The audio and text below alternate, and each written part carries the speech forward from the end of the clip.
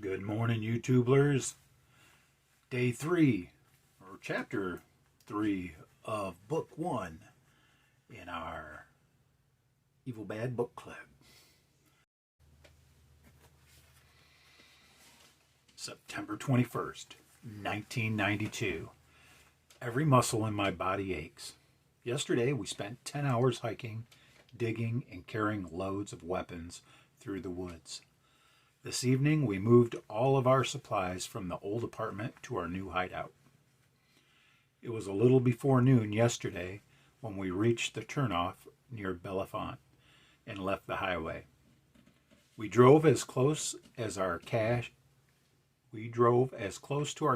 as we could, but the old mining road we had used 3 years earlier was blocked and impassable, more than a mile short of the point where we intended to park. The bank above the road had collapsed, and it would have taken a bulldozer to clear the way. The consequence was that we had nearly a 2-mile hike each way instead of less than half a mile, and it took 3 round trips to get everything to the car. We brought shovels, a rope, and a couple of large canvas mail sacks, courtesy of the U.S. Post Office. But, as it turned out, these tools were woefully inadequate for the task. Hiking from the car to the cache with our shovels on our shoulders was actually refreshing. After the long drive up from Washington, the day was pleasantly cool. The autumn woods were beautiful, and the old dirt road, though heavily overgrown, provided easy walking most of the way. Even digging down to the top of the oil drum, actually a 50-gallon chemical drum with a removable lid, in which we had sealed our weapons, wasn't too bad. The ground was fairly soft, and it took us less than an hour to excavate a 5-foot deep pit and tie our rope to the handles which had been welded to the lid of the drum. Then our trouble began. The two of us tugged on the rope as hard as we could, but the drum wouldn't budge an inch. It was as if it had been set in concrete. Although the full drum weighed nearly 400 pounds, 2 of us had been able to lower it into the pit without undue difficulty 3 years ago. At that time, of course, there had been several inches of clearance all around it. Now the earth had settled and was packed tightly against the metal. We gave up trying to get the drum out of the hole and decided to open it where it was. To do that, we had to dig for nearly another hour, enlarging the hole and clearing a few inches all around the top of the drum so we could get our hands on the locking band which secured the lid. Even so, I had to go into the hole head first with Henry holding my legs. Although the outside of the drum had been painted with asphalt to prevent corrosion, the locking lever itself was thoroughly rusted, and I broke the only screwdriver we had trying to pry it loose. Finally, after much pounding, I was able to pry the lever out from the drum with the end of a shovel. With the locking band loosened, however, the lid remained as tight in place as ever, apparently stuck to the drum by the asphalt coating we had applied. Working upside down in the narrow hole was difficult and exhausting. We had no tool satisfactory for wedging under the lip of the lid and prying it up. Finally, almost in desperation, I once again tied the rope to one of the handles on the lid. Henry and I gave a hard tug, and the lid popped off. Then it was just a matter of going headfirst into the hole again, supporting myself with one arm on the edge of the drum, and passing the carefully wrapped bundles of weapons up past my body so that Henry could reach them. Some of the larger bundles, and that included 6 sealed tins of ammunition, were both too heavy and too bulky for this method and had to be hauled up by rope. Needless to say, by the time we had the drum empty, I was completely pooped. My arms ached, my legs were unsteady, and my clothing was drenched with perspiration. but we still had to carry more than 300 pounds of munitions half a mile through dense woods uphill to the road, and then more than a mile back to the car. With proper pack frames to distribute the loads on our backs, we might have carried everything out in one trip. It could have been done easily in 2 trips, but with only the awkward mail sacks which we had to carry in our arms, it took 3 excruciatingly painful trips. We had to stop every 100 yards or so and put our loads down for a minute, and the last 2 trips were made in total darkness. Anticipating a daylight operation, we hadn't even brought a flashlight. If we don't do a better job of planning our operations in the future, we have some rough times ahead. On the way back to Washington, we stopped at a small roadside cafe near Hagerstown for sandwiches and a coffee. There were about a dozen people in the place, and the 11 o'clock news was just beginning on the TV, set behind the counter when we walked in. It was a news broadcast I'll never forget. The big story of the day was what the organization had been up to in Chicago. The system, it seems, had killed one of our people, and in turn we had killed 3 of theirs, then engaged in a spectacular and successful gunfight with the authorities. Nearly the whole newscast was occupied in recounting these events. We already knew from the papers that 9 of our members had been arrested in Chicago last week, and apparently they had had a rough time in the Cook County Jail, where one of them had died. It was impossible to be sure exactly what had happened from what the TV announcer said, but if the system had behaved true to form, the authorities had stuck our people individually into cells full of blacks and then shut their eyes and ears to what ensued. That has long been the system's extra-legal way of punishing our people when they can't pin anything on them that will stick in the courts. It's a more nasty and dreadful punishment than anything which ever took place in the medieval torture chamber or in the cellars of the KGB. And they can get away with it because the news media usually won't even admit that it happens. After all, if you're trying to convince the public that the races are really equal, how can you admit that it's worse to be locked in a cell full of black criminals than in a cell full of white ones? Anyway, the day after our man, the newscaster, said his name was Carl Hodges, someone I've not heard of before, was killed, the Chicago organization fulfilled a promise they had made more than a year ago. In the event one of our people was ever seriously hurt in Chicago jail, they ambushed the Cook County Sheriff outside his home and blew his head off with a shotgun.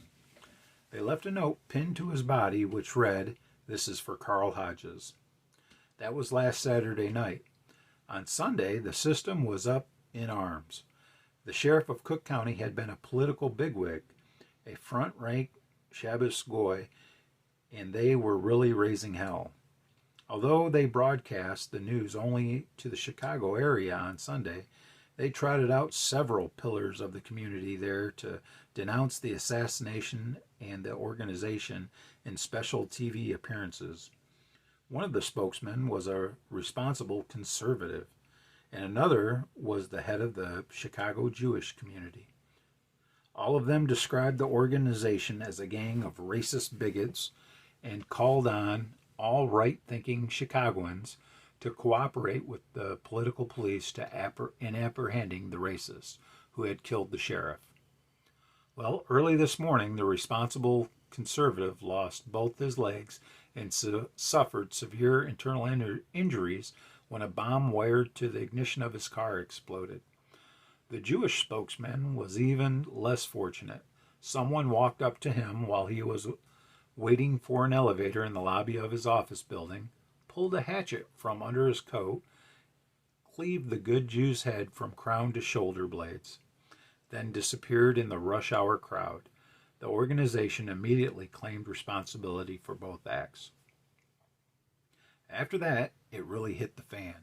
The governor of Illinois ordered National Guard troops into Chicago to help local police and FBI agents hunt for organization members. Thousands of persons were being stopped on Chicago streets today and asked to prove their identity. The system's paranoia is really showing. This afternoon, 3 men were cornered in a small apartment building in Cicero. The whole block was surrounded by troops, while the trapped men shot it out with the police. TV crews were all over the place, anxious not to miss the kill. One of the men in the apartment apparently had a sniper rifle, because 2 black cops more than a block away were picked off before it was realized that blacks were being singled out as targets and uniformed white cops were not being shot at.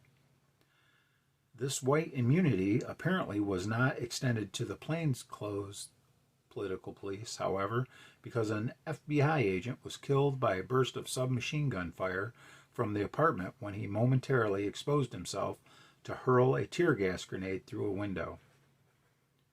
We watched breathlessly as this action was shown on the TV screen.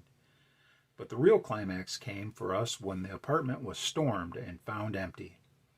A quick room-by-room search of the building also failed to turn up the gunman. Disappointment at this outcome was evident in the TV newsman's voice, but a man sitting at the other end of the counter from us whistled and clapped when it was announced that the racist had apparently slipped away. The waitress smiled at this, and it seemed clear to us that, while there certainly was no unanimous approval for the organization's actions in Chicago, neither was there unanimous disapproval. Almost as if the system anticipated this reaction to the afternoon's events, the news scene switched to Washington, where the Attorney General of the United States had called a special news conference. The Attorney General announced to the nation that the federal government was throwing all its police agencies into the effort to root out the organization. He described us as depraved, racist criminals who were motivated solely by hatred and who wanted to undo all the progress towards true equality, which had been made by the system in recent years. All citizens were warned to be alert and to assist the government in breaking up the racist conspiracy. Anyone observing any suspicious action, especially on the part of a stranger, was to report it immediately to the nearest FBI office or Human Relations Council. And then he said something very indiscreet, which really betrayed how worried the system is. He stated that any citizen found to be concealing information about us or offering us any comfort or assistance would be dealt with severely. Those were his very words, the sort of thing that one might expect to hear in the Soviet Union, but which would ring harshly on most Americans' ears, despite the best propaganda efforts of the media to justify it. All the risks taken by our people in Chicago were more than rewarded by provoking the Attorney General into such a psychological blunder. This incident also proves the value of keeping the system off balance with surprise attacks. If the system had kept its cool and thought more carefully about a response to our Chicago actions, it not only would have avoided a blunder which will bring us hundreds of new recruits, but it would probably have figured a way to win much wider public support for its fight against us. The news program concluded with an announcement that an hour-long special on the racist conspiracy would be broadcast Tuesday night, i.e. tonight. We've just finished watching that special, and it was a real hatchet job, full of errors and outright invention, and not very convincing. We all felt. But one thing is certain, the media blackout is over. Chicago has given the organization instant celebrity status, and we must certainly be the number one topic of conversation everywhere in the nation. As last night's TV news ended, Henry and I choked down the last of our meal and stumbled outside. I was filled with emotions: excitement, elation over the success of our people in Chicago, nervousness about being one of the targets of a nationwide manhunt, and chagrin that none of our units in the Washington area had shown the initiative of our Chicago units. I was itching to do something, and the first thing that occurred to me was to try to make some sort of contact with the fellow in the cafe who had seemed sympathetic to us. I wanted to take some leaflets from our car and put one under the windshield wiper of every vehicle in the parking lot. Henry, who always keeps a cool head, emphatically vetoed the idea. As we sat in the car, he explained that it was sheer folly to risk calling any attention whatever to ourselves until we had completed our present mission of safely delivering our load of weapons to our unit. Furthermore, he reminded me it would be breach of organization discipline for a member of an underground unit to engage in any direct recruiting activity, however minimal. That function has been regulated to the legal units. The underground units consist of members who are known to the authorities and have been marked for arrest. Their function is to destroy the system through direct action. The legal units consist of members not presently known to the system. Indeed, it would be impossible to prove that most of them are members. In this, we have taken a page from the Communist book. Their role is to provide us with intelligence, funding, legal defense, and other support. Whenever an illegal spots a potential recruit, he is supposed to turn the information over to a legal, who will approach the prospect and sound him out. The legals are also supposed to handle all the low-risk propaganda activity, such as leafleting. Strictly speaking, we should not even have any organization leaflets with us. We waited until the man who had applauded the escape of our members in Chicago came out and got in a pickup truck.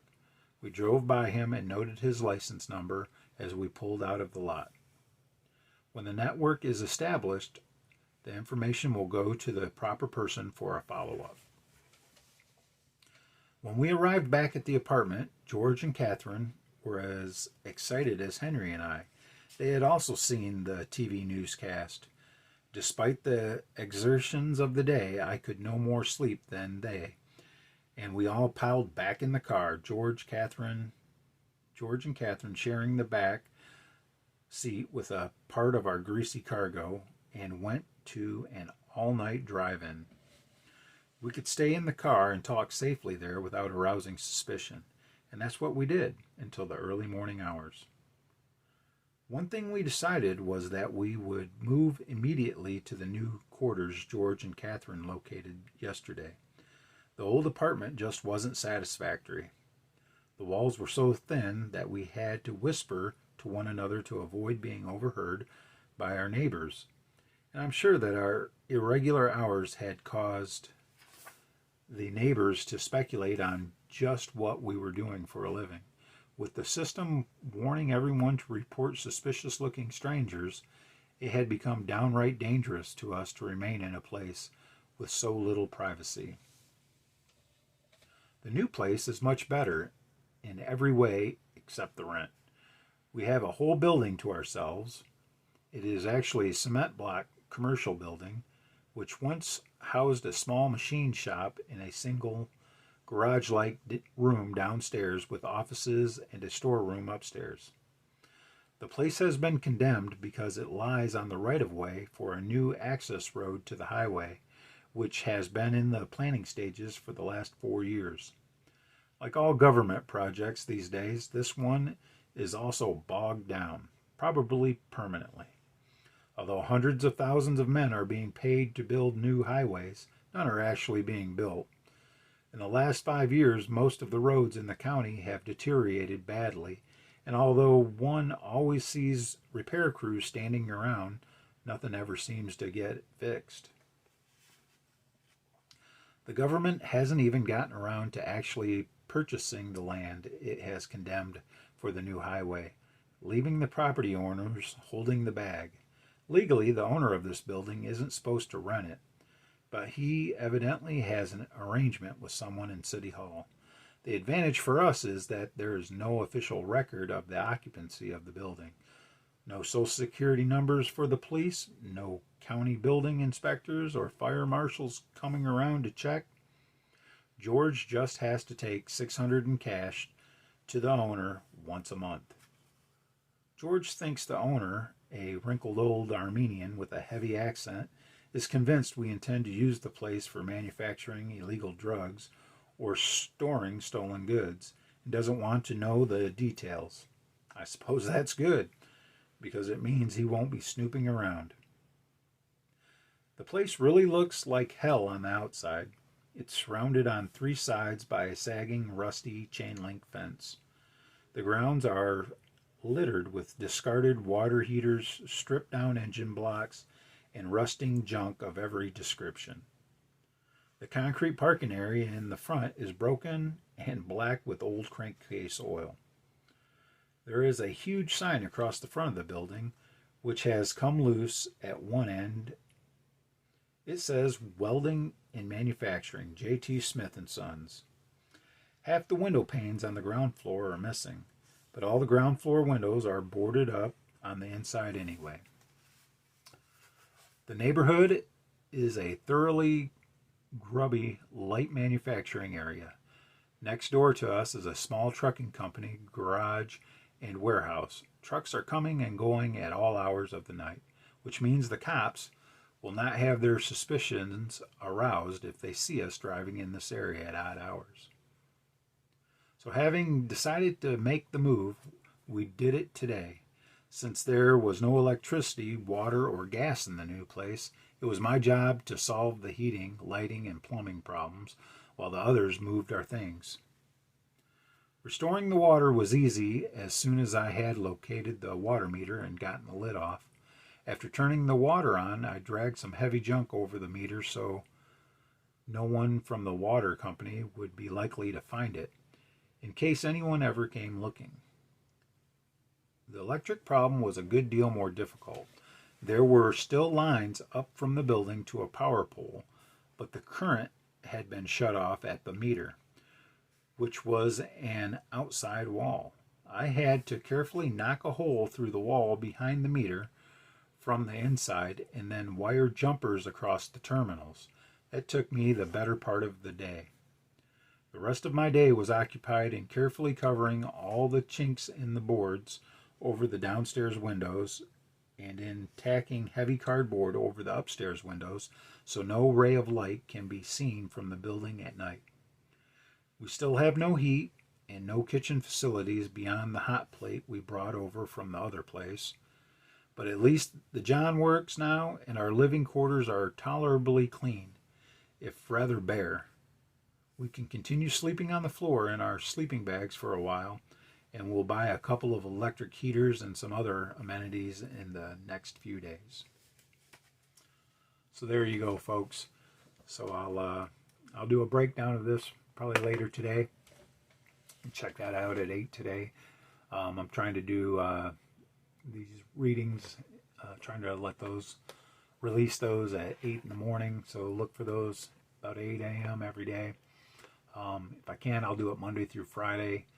Saturday and Sunday, don't look for anything. I probably won't post anything about the book anyway. I may post something else. But hey, let me know what you think about the story down below, and check back with the breakdown. And if you have any other ideas for books, let me know.